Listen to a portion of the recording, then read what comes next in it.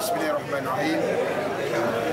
Alhamdulillah, hari ini merupakan masuk hari ke-13 hari kita kempen dalam tempoh kempen yang mulai hari.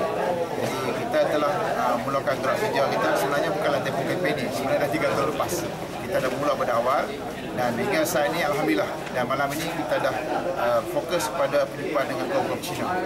Sebab apa di Indonesia ini kita punya hampir 3,000 lebih penghuni Cina. Keseluruhan penghuni kita 18,000 dan yang utamanya kita fokuskan kepada penghuni yang besar, iaitu penghuni Melayu kita sendiri, dan kita dah fokus untuk penghuni Cina dan besok kita akan tutup dengan penghuni India. Dan alhamdulillah dalam gerak kerja dan juga seni kempen ini kita lihat dari segi penerimaan rakyat begitu positif. Itu baik. Yang pertamanya kerana pada tahun 2008 kawasan ini telah diserah dengan berat hatinya kepada pembangkang dan rakyat dah melihat sendiri macam mana gerak kerja yang ditunjukkan oleh pembangkang dengan janji-janji yang tak ditepati, tidak ada satu perkara menjaga kepentingan tempat rakyat, dan yang paling utamanya pembangkang ini seolah-olah menipu rakyat selama dalam tempoh 5 tahun ini.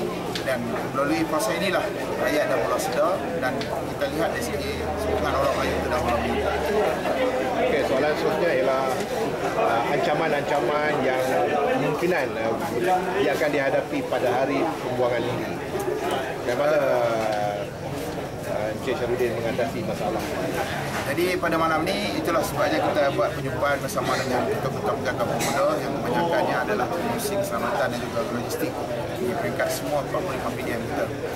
Kita ambil langkah berjaga-jaga kerana kita mengambil iktibar apa yang berlaku pada tahun 2008 dan sekarang ni kita mengiktibar kerana yang pertamanya makan sekarang ni dalam keadaan tersepit sebab selepas dibuat kajian bahawa sekarang ni kedudukan penyokong terutamanya penyokong yang akan melakukan kajian barisan Islam dan meningkat itu baik.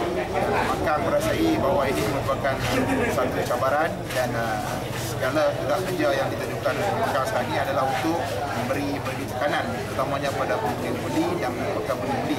Tapi bagi saya menyeru pada semua pengundi-pengundi terutamanya dalam kawasan N16 masing-masing, kita keluarlah pengundi. Yang utamanya sebab dari segi keselamatan kita ada anggota keselamatan kita yang telah ditugaskan. Yang keduanya, pemuda juga menyediakan pasukan gerak tempur yang akan sedia memberi khidmat bila-bila masa dalam tempoh proses pengundian. Yang utamanya untuk kita cuba mengatasilah perkara di luar jangkauan kita. Okey, apakah pesanan yang terakhir yang ada diutarakan kepada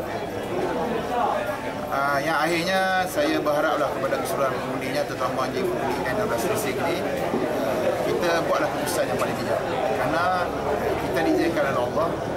Selesai ini merupakan kawasan drone yang baru di dalam Parlimen Israel. Kita baru berusia 2 pekan.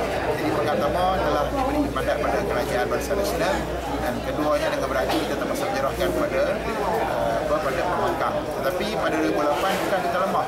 Sebenarnya 11,000 tak pulang mengundi dan angkanya 10,000 adalah penyokong kerajaan. Jadi apa yang saya nasihatkan yang pertama kepada semua pengundi-pengundi yang sayang pada Kerajaan Barisan Nasional, yang telah sedar bahawa Kerajaan Barisan Nasional merupakan kerajaan yang menepati janji, yang menjaga kepentingan dan juga kepentingan rakyat. Kita keluar mengundi pada hari tersebut dan kita buat keputusan yang paling bijak. Kerana keputusan kali ini adalah untuk masa depan. Terima kasih. Harapkan kejayaan yang besar kelebihan di